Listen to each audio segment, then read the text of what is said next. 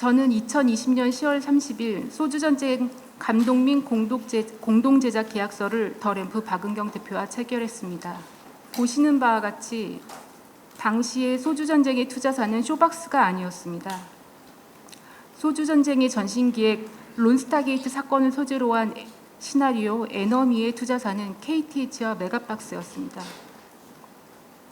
더 램프와 감독 계약서 체결 이후에 1년간 시나리오를 꾸준히 수정 집필한 결과 6고 단계에서 이재훈 씨가 캐스팅에 확정되었습니다.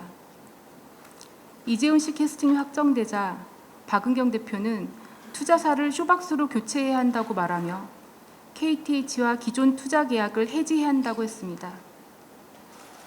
KTH와 계약을 해지하기 위해선 이미 3억 투자금을 받아서 시나리오 개발에 지출했던 개발비를 KTH에 다시 상환해줘야 했습니다.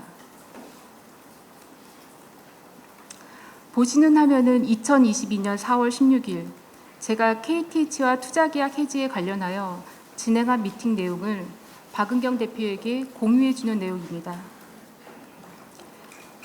KTH에는 조언 주신 대로 투자 진행 이야기를 하지 않고 계약을 해지하는 방향으로 이야기했다는 내용이 나옵니다. 즉, 투자 해지 방법을 박은경 대표가 조언해 주었다는 사실을 알 수 있습니다.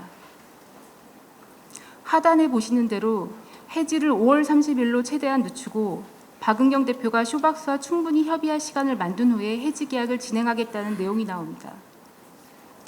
이후 박은경 대표는 저에게 KTH에 상환해줘야 할 3억에 대한 자금 구성안을 직접 설명해 주었습니다.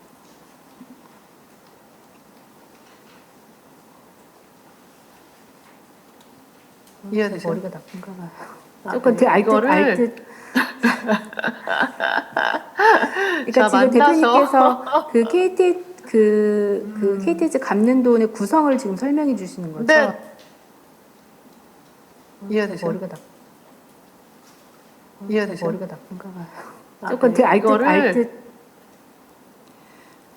보시는 이메일처럼 들으신 대로 박은경 대표는 저에게 KTH의 3억을 갚을 방안을 구체적으로 설명해 주었고 약속도 했습니다.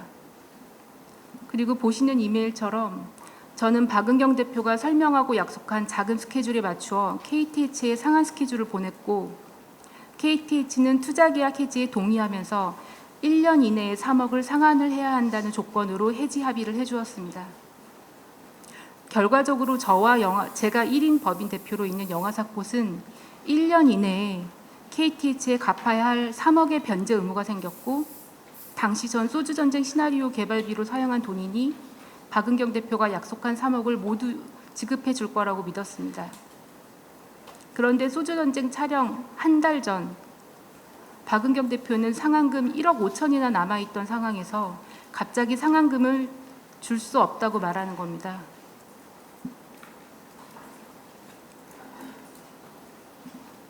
제 입장에서 너무 곤란한 상황이어서요. 네. 이거에 대해서는 어떤 식으로든지 저는 좀 받아야 될 돈 같아서요. 어떻게 받을 수 있을까요? 저는 나름 최선을 다했는데. 제 입장에서 너무 곤란한 상황이어서요. 들으신 대로 박은경 대표는 약속을 이행하지 않았습니다. 저는 촬영을 앞두고 제작자와의 관계가 틀어질까 봐 차마 화를 내며 싸우지도 못했습니다. 너무 화가 나고 괴로웠지만 당시는 소주전쟁 촬영이 너무 중요했기 때문입니다. 촬영이 임박한 상황이라서 혹시라도 KTH가 촬영장에 빚을 받으러 찾아오거나 촬영을 방해하지 않을까 너무 걱정이 들어서 감독료로 받은 중도금과 지인에게 돈을 빌려서 겨우 5천만 원을 만들어서 촬영 직전에 KTH 추가로 갚았습니다. 하지만 촬영이 끝나고 전 돈이 생길 곳이 전혀 없었고 남은 상환금 1억을 갚을 방법이 없었습니다. 결국 KTH는 미수금 1억을 채권 추심으로 넘겼습니다. 박은경 대표는 쇼박스가 시나리오 개발비를 다 인정해주지 않는데 어떻게 하겠냐고 변명했지만 그 돈은 엄연히 더 램프가 영화사폿에 지급하기로 한 돈이었습니다. 박 대표의 말을 믿고 제가 선투자사였던 KTH와 투자계약을 해지해서 변제 의무가 생긴 상환금이기 때문입니다. 박은경 대표는 자기는 전혀 잘못이 없다는 뻔뻔한 태도로 계속 일관했습니다. 영화사꽃 법인 계좌는 정지당했고 저는 채권 추심 업체의 빚 독촉에 시달리는 삶을 살게 된 것입니다.